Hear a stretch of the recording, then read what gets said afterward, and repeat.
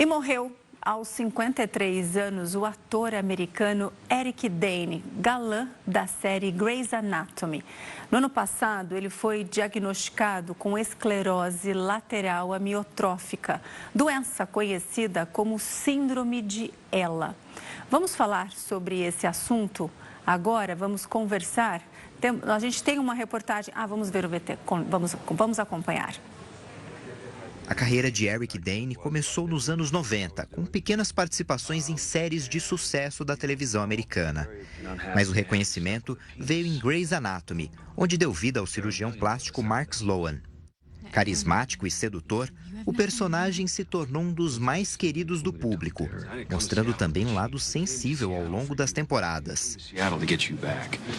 Depois do sucesso no drama médico, Dane seguiu na televisão e conquistou uma nova geração ao interpretar Carl Jacobs na série Euforia, um papel intenso e cheio de conflitos.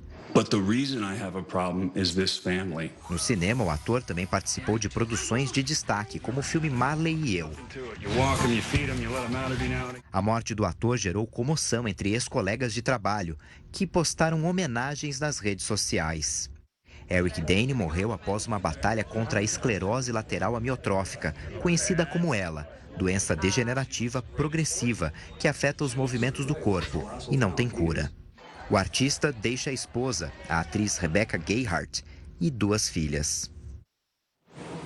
Uma pena, não é mesmo? A gente vai conversar agora com o Dr. Francisco de Assis, aqui no Godin, vice-coordenador do Departamento Científico de Doenças Neuromotor, Esclerose Lateral Amiotrófica da Academia Brasileira de Neurologia. Olá, doutor, seja muito bem-vindo aqui ao Hora News. Opa, boa tarde, Daísa. É um prazer estar aqui com você. Doutor Francisco, quando a gente acompanha aí, né, o progresso, não é mesmo, dessa doença em uma celebridade, como aconteceu com o Eric Dane, a gente recentemente ele apareceu numa cadeira de rodas, a gente vai vendo que a pessoa vai ficando mais debilitada. Eu gostaria que o senhor explicasse, né, o que é essa doença, o que é a Ella? Boa tarde novamente. Olha, realmente é um evento muito trágico e por isso que está atraindo tanta atenção, né? Porque é um ator muito querido de Hollywood, né? E foi um curso relativamente rápido e ele só tinha 53 anos, né? Então é por isso que chamou bastante atenção. A esclerose lateral amiotrófica, ela é uma doença degenerativa do sistema nervoso central, em que você tem um adoecimento dos neurônios que controlam os movimentos voluntários e que partem do córtex motor, né, da cabeça até a medula espinhal e da medula espinhal até os músculos, né? A pessoa vai lentamente perdendo o controle dos músculos em diferentes padrões de evolução. No caso dele, eu tive a oportunidade de ver algumas entrevistas.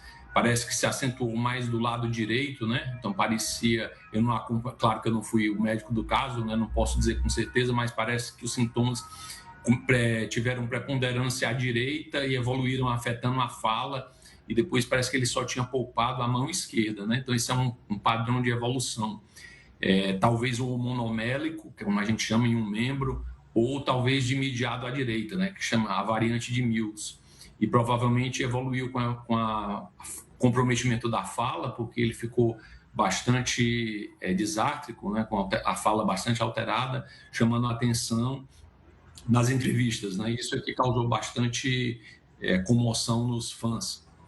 Agora, tem algumas considerações, porque apesar de ter sido noticiado o curso rápido, a gente tem que levar em consideração que ninguém sabe o que é que estava nos bastidores em relação aos desejos do próprio ator em relação a terapêuticas sobre a sua doença, porque a doença normalmente tem um curso mais prolongado, né? Então, mas algumas pessoas optam por não receberem determinados tipos de tratamento. Então, isso pode ter acontecido particularmente com ele. Ele pode ter optado por não ter realizado gastrostomia ou traqueostomia. E isso pode ter sido a razão do curso ter sido tão rápido. Doutora, a gente já vai chegar no tratamento para o senhor explicar com mais riqueza de detalhes como que é feito o tratamento da doença, mas assim, como o senhor disse, Eric Kane era muito jovem, 53 anos, né? E a doença afeta a vida pessoal e também a profissional, não é mesmo? Sim, uma doença que é um diagnóstico muito pesado para o paciente, para a família, porque, em geral, a doença tem uma evolução que vai, em alguns anos, comprometer progressivamente, como eu falei, levando à perda dos movimentos nos membros, alteração da fala, até a paralisia total, como a gente viu, por exemplo, no Stephen Hawking, né? Então, ele, na verdade, estava numa faixa relativamente de melhor prognóstico, porque ele tinha só 52 anos, então foi o que eu falei anteriormente. A doença tende a ser mais prevalente por volta dos 60, 65 anos, então talvez ele tenha optado por não ser tratado com algumas terapias para manutenção, para prolongamento da vida, né? Que é uma decisão pessoal que a gente deve respeitar, mas que, de certa forma, a gente tem que ver de um modo menos alarmista, né? Porque pode passar um lado, digamos, mais negativo sobre a doença, né? Que pode não ter uma evolução tão rápida quanto o desfecho no caso do artista, né? O senhor citou, né, que a esclerose ela é um adoecimento dos neurônios. O que faz, né, ou como que afeta o sistema nervoso da pessoa? É genético? É algum evento em particular que pode desenvolver a doença? Explica pra gente, por favor, doutor. É aquela pergunta de $1 milhão, né? A gente não sabe exatamente a resposta. A gente sabe que a genética é certamente importante e 10 a 20% dos casos tem uma genética clara de herança familiar com padrões chamados mendelianos, né? Que você sabe bem de onde é que veio, mas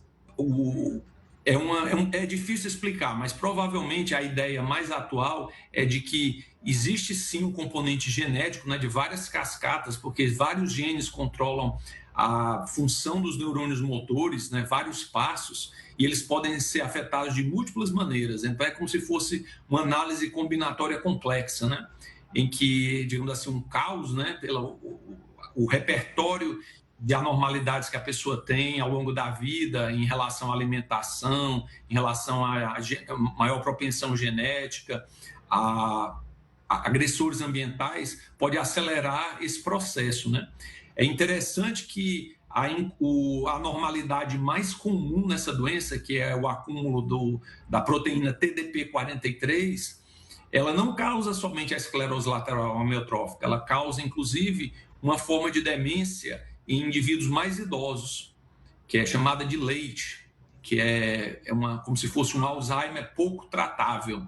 Então, tem muita coisa ainda, muitas facetas sobre a própria doença que ainda não estão bem claras, apesar de a gente ter observado nos últimos anos grandes melhorias em relação ao manejo dos pacientes, muitos avanços em relação à melhoria da qualidade de vida, em relação ao prolongamento do curso da doença. E é claro que a gente deve, como eu falei anteriormente, tem muitos casos, como o Stephen Hawking, viveu 55 anos depois do diagnóstico. Então, tem formas que têm um melhor prognóstico.